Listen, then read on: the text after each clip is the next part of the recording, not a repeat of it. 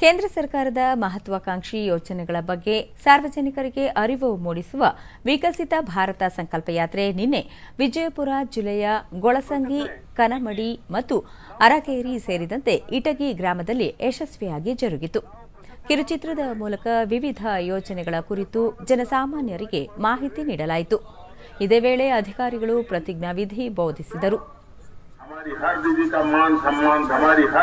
मान सम्मान बढ़ जाएगा आने वाले ದೂರದರ್ಶನದೊಂದಿಗೆ ಫಲಾನುಭವಿ ಹನುಮವ್ವ ಮಾದಾರ ಸರ್ಕಾರಿ ಆಸ್ಪತ್ರೆ ವೈದ್ಯರ ಸಹಕಾರದಿಂದ ಖಾಸಗಿ ಆಸ್ಪತ್ರೆಯಲ್ಲಿ ಕಣ್ಣಿನ ಶಸ್ತ್ರಚಿಕಿತ್ಸೆ ಮಾಡಿಸಿಕೊಂಡಿದ್ದು ಇದರಿಂದ ತುಂಬಾ ಅನುಕೂಲವಾಗಿದೆ ಎಂದರು.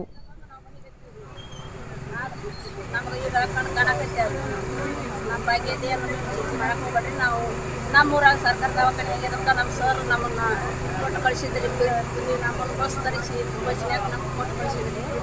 ನಾವು ಆರಾಮಿಸಿದ್ವಿ. ಅದೇ ಆರೋಗ್ಯ ಇಲಾಖೆ ಸಿಬ್ಬಂದಿ ಪ್ರದೀಪ್ ಬಿಸನಾಳ ವಿವಿಧ ಯೋಜನೆಗಳ ಲಾಭವನ್ನು ಫಲಾನುಭವಿಗಳಿಗೆ ಹೇಗೆ ತಲುಪಿಸುವುದು ಮತ್ತು ಅವುಗಳ ಪ್ರಯೋಜನದ ಬಗ್ಗೆ ಗ್ರಾಮಸ್ಥರಿಗೆ ಅರಿವು ಮೂಡಿಸಲಾಯಿತು ಎಂದು ತಿಳಿಸಿದರು. ಅದೇ ತರನಾಗಿ ಇಲ್ಲಿ ಗ್ರಾಮದಲ್ಲಿ ಬಹಳಷ್ಟು ಜನರು ಫಲಾನುಭವಿಗಳಿದ್ದಾರೆ.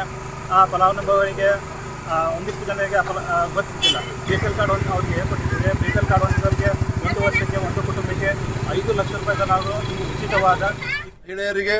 ಮಾಜಿ ಸಚಿವ SK ಬೆಳ್ಳುಬ್ಬಿ ಸಾಮಾಜಿಕವಾಗಿ ಹಿಂದುಳಿದವರು, ದೀನ ದಲಿತರು, ಬಡವರು ಸೇರಿದಂತೆ ಎಲ್ಲರ ಬದುಕು ಹಸನು ಮಾಡುವ ಉದ್ದೇಶದೊಂದಿಗೆ ಪ್ರಧಾನಿ ನರೇಂದ್ರ ಮೋದಿ ಅವರು ವಿಕಸಿತ ಭಾರತ ಸಂಕಲ್ಪ ಯಾತ್ರೆ ಆರಂಭಿಸಿದ್ದು ಪ್ರತಿಯೊಬ್ಬರೂ ಇದರ ಲಾಭವನ್ನು ಪಡೆದುಕೊಳ್ಳಬೇಕು ಎಂದು ಹೇಳಿದರು. ಯೋಜನೆ ಇರಬಹುದು, ಹಾಗೇನೆ ಸ್ಕಿಲ್ ಇಂಡಿಯಾ ಅಂತ ಇರಬಹುದು, ಮೇಕ್ ಇನ್ ಇಂಡಿಯಾ ಇರಬಹುದು, ಸ್ವಸಹಾಯ ಸಂಘಗಳ 2 ಹೆಣ್ಣು ಮಕ್ಕಳಿಗೆ ತರಬೇತಿಯನ್ನು ಕೊಟ್ಟು ಅವರಿಗೆ ಒಂದು ಹೆಣ್ಣು ಮಕ್ಕಳಿಗೆ ಮತ್ತೊಂದು ದೊಡ್ಡ ಒಂದು ಕೊಡುಗೆಯನ್ನು ಕೂಡ ಇವತ್ತು ಕೊಟ್ಟಿರ್ತಕ್ಕಂಥದ್ದು ಸ್ವಾಗತಾರ್ಹ.